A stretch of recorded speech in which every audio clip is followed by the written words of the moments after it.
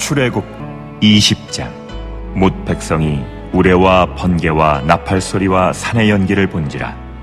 그들이 볼 때에 떨며 멀리 서서 모세에게 이르되, 당신이 우리에게 말씀하소서. 우리가 들으리이다. 하나님이 우리에게 말씀하시지 말게 하소서. 우리가 죽을까 하나이다. 모세가 백성에게 이르되, 두려워하지 말라.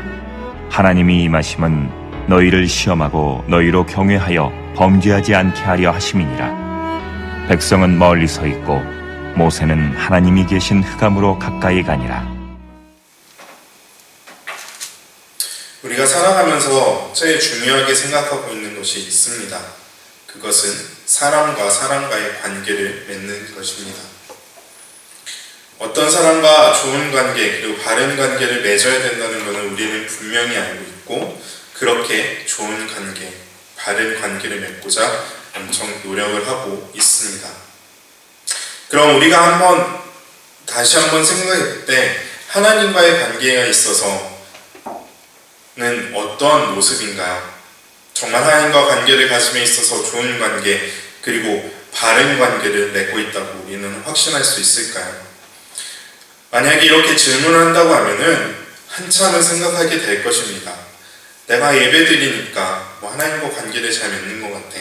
매일매일 기도하면서 하루를 시작하니까 하나님과 관계를 잘 맺고 있는 것 같아. 하나님 앞에 어떤 일이 있을 때 먼저 하나님을 찾기 시작하는 거 보면 내가 하나님과 관계를 잘 맺고 있는 것 같아 라고 생각을 하고 있습니다. 그런데 그것이 정말 하나님과의 관계를 맺는 데 있어서 우리가 우리 기준으로 잘 맺고 있다고 볼 수 있는 걸까요? 오늘 말씀을 보면서 우리가 정말 하나님과 온전한 관계, 하나님과의 관계를 맺는 데 있어 어떻게 관계를 맺어야 되는지 함께 은혜를 나누는 이 시간이 되길 원합니다. 먼저 하나님과의 관계를 맺기 위해서는 하나님이 임재하시는 모습을 우리는 봐야 됩니다. 오늘 본문의 말씀의 배경은 이스라엘 백성들이 애굽에서 나와서 3개월이 지난 시점에서 시내산에 도착했을 때의 모습을 보여주고 있습니다. 그리고 시내산에 도착했을 때 모세가 시내산에 들어 하나님이 임재가 그 산 가운데 일어났고 백성들은 무서워 떨며 있는 가운데 모세는 그 자리에 나아갔습니다. 그리고 그 모습 가운데 백성들의 모습은 저것이 언제까지 저렇게 될 것인가, 하나님이 임재하심인 저렇게 무섭고 두려운 일이구나 라는 것을 보게 되는 것입니다. 그리고 그 모습이 출애굽기 19장 1절부터 25절까지 나타나고 있습니다. 그리고 20장이 시작을 하면서 십계명을 알려주시고 그리고 제단에 관한 법을 알려주시는 그 사이에 오늘 우리가 읽었던 본문의 말씀이 나타나고 있는 것입니다. 하나님의 임재하심은 정말 두렵고 떨리는 모습으로 우리에게 나타납니다. 그럼 왜 우리가 그 모습을 보았을 때, 하나님이 임재하시는 모습을 보았을 때 두렵고 떨림으로 나아가는 것일까요? 그것은 바로 거룩하신 하나님을 죄인된 우리가 온전히 바라볼 수 없기 때문입니다. 그리고 그 광경들이 너무나도 두렵고 떨리는 모습이기 때문입니다. 18절에 보면 그 하나님께서 임재하신 모습을 분명히 보여주고 있습니다. 18절에 이렇게 말씀하십니다. 이 백성이 우레와 번개와 나팔 소리와 산의 연기를 본지라. 그들을 볼 때 떨며 멀리 서서라고 말씀하고 있습니다. 산에 다른 데는 다 가만히 있고 그 산에만 하나님이 임재하심으로 우레와 번개가 그 산 가운데 가득하였고 나팔 소리가 그 자리에서 일어나는 모습을 보게 된 거죠. 그리고 그 가운데 그 산에서만 연기가 나타나는 것을 보는 것입니다. 하나님이 임재하셨으면 저런 모습이구나, 거룩하신 하나님의 임재하심이 너무나 두려운 모습으로 나타나고 있구나 라고 이야기를 하고 있는 것입니다. 그런데 하나님이 임재하신 그리고 하나님이 함께 하시는 모습을 봤을 때 두려워하는 모습이 이스라엘 백성에게만 나타나는 모습은 아닙니다.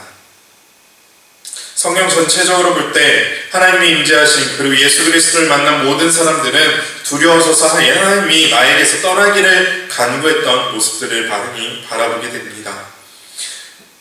이스라엘 지도자 모세도 마찬가지였습니다. 출애굽기 3장 6절에 보면 하나님을 보았을 때 내가 하나님 앞에 나아갈 수 없음을 고백하고 얼굴을 가리었다는 말씀이 있습니다. 그리고 이사야가 소명을 받았을 때 이사야 6장에 보면 나로 죽게 되었구나 라고 얘기하고 있습니다. 그리고 다니엘도 마찬가지로 이야기합니다. 또한 신약에 들어오면 베드로가 예수님을 만났을 때, 그리고 세례요한이 예수님을 만났을 때, 바울이 예수님을 만났을 때 동일하게 두려운 모습으로 고백하고 있습니다. 그러면서 하는 얘기는 나를 떠나십시오 라고 이야기하는 것입니다. 그 모습은 지금 우리에도 마찬가지입니다. 하나님의 임재하심이 우리가 삶 가운데 나타나지 않는다고 많이들 생각하고 그렇게 지내고 있습니다. 하지만 우리가 분명히 알아야 될 것은 하나님은 지금 이 순간에도 우리에게 임재하고 계신다는 것을 기억해야 되는 것입니다. 우리가 그것을 알지 못하는 이유, 그것은 죄악이, 우리가 가지고 있는 죄가 그것을 가리우고 있기 때문입니다. 하나님은 지금 이 순간에도 저와 여러분에게 임재하고 계심을 기억하시기 바랍니다. 그리고 그 하나님의 임재하신 가운데 정말 죄인된 우리가 정말 두려워하며 그 자리 가운데 나아가는 저 여러분들의 삶의 모습이 되게 소망합니다. 그런데 오늘 말씀을 보면 모세는 이상한 이야기를 하고 있습니다. 하나님이 임재하심을 보고 두려워하고 있는 백성들에게 모세는 담담하게 이렇게 이야기를 하고 있습니다. 20절입니다. 모세가 백성에게 이르되 두려워하지 말라.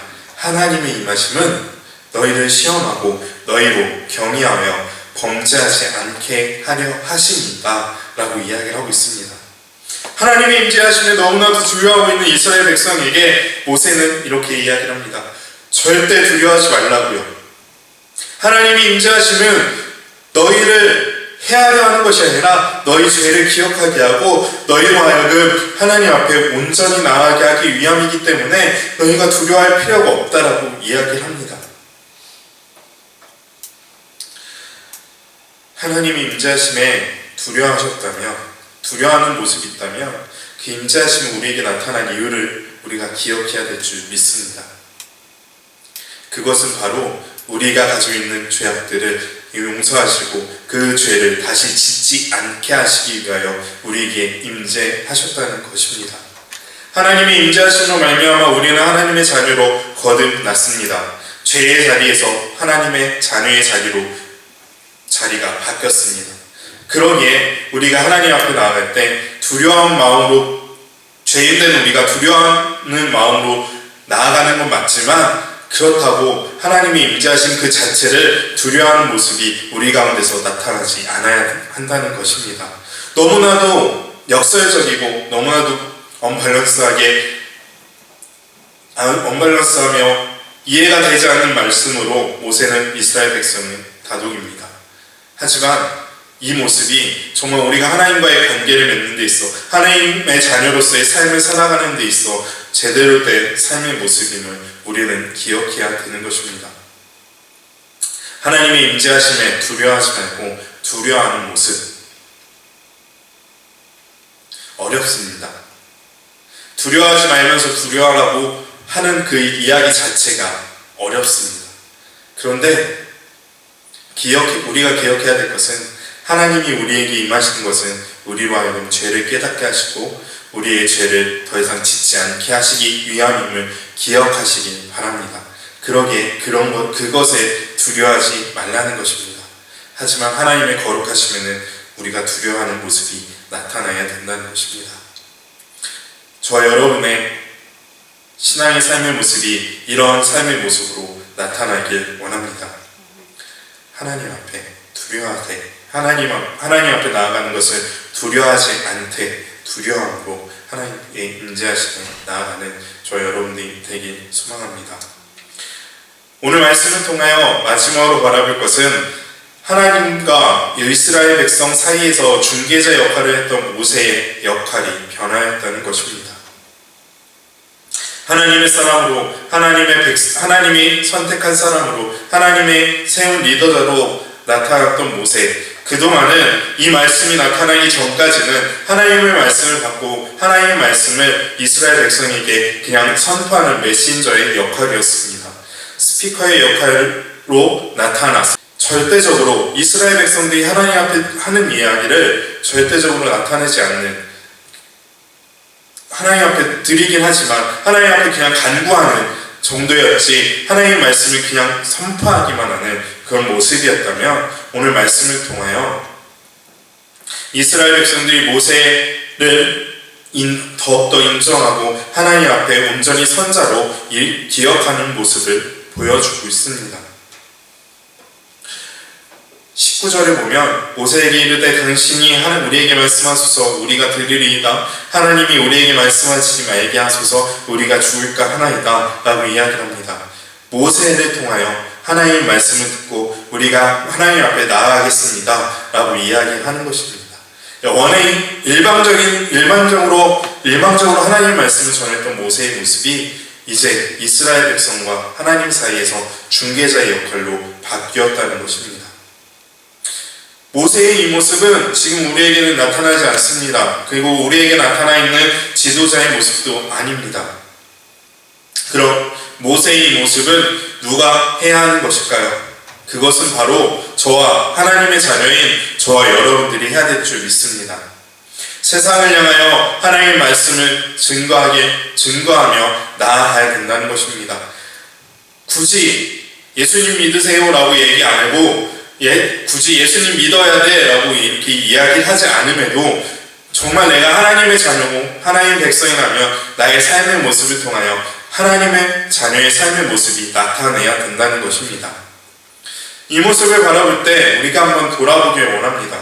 정말 내가 그러한 삶을 살고 있었는지, 내가 정말 그렇게 살아가고 있는지, 내가 내 주변 사람들이 바라볼 때 손가락질 당하지는 않는지 우리가 다시 한번 생각해 보길 원합니다.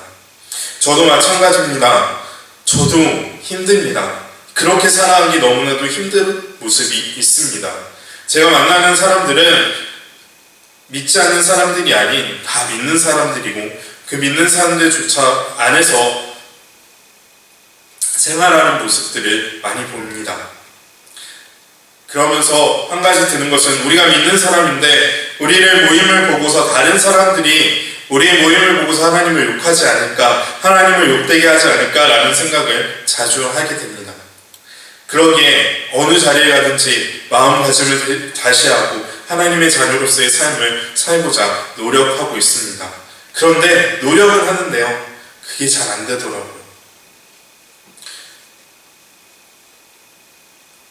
힘듭니다. 어렵습니다. 하지만 딱 한 가지, 우리가 하나님을 의지하며 나갈 때 그 모습이 우리 가운데 나타날 줄 믿습니다. 지금 이 시대는 예수를 믿는다는 이야기를 하면 욕먹는 시대임은 분명합니다. 자기들만 아는, 그리고 자기들만 모여서 예배하고 노래하고 모이는 그런 사람들로 나타나고 있는 모습은 분명하고 우리를 향하여 손가락질하고 있는 모습은 분명합니다. 그런데 그 모습이 왜 그렇게 되었습니까? 우리가 하나님의 자녀로서 온전한 모습이 나타나지 않았기 때문이 아닌가요? 하나님의 자녀라고 이야기하면서 겉으로는 세상 사람들보다 더 안 좋은 모습이 그들에게 비춰지지는 않았나요? 이 세상의 악한 곳에는 어김없이 기독교인들이 들어가 있지 않았나요?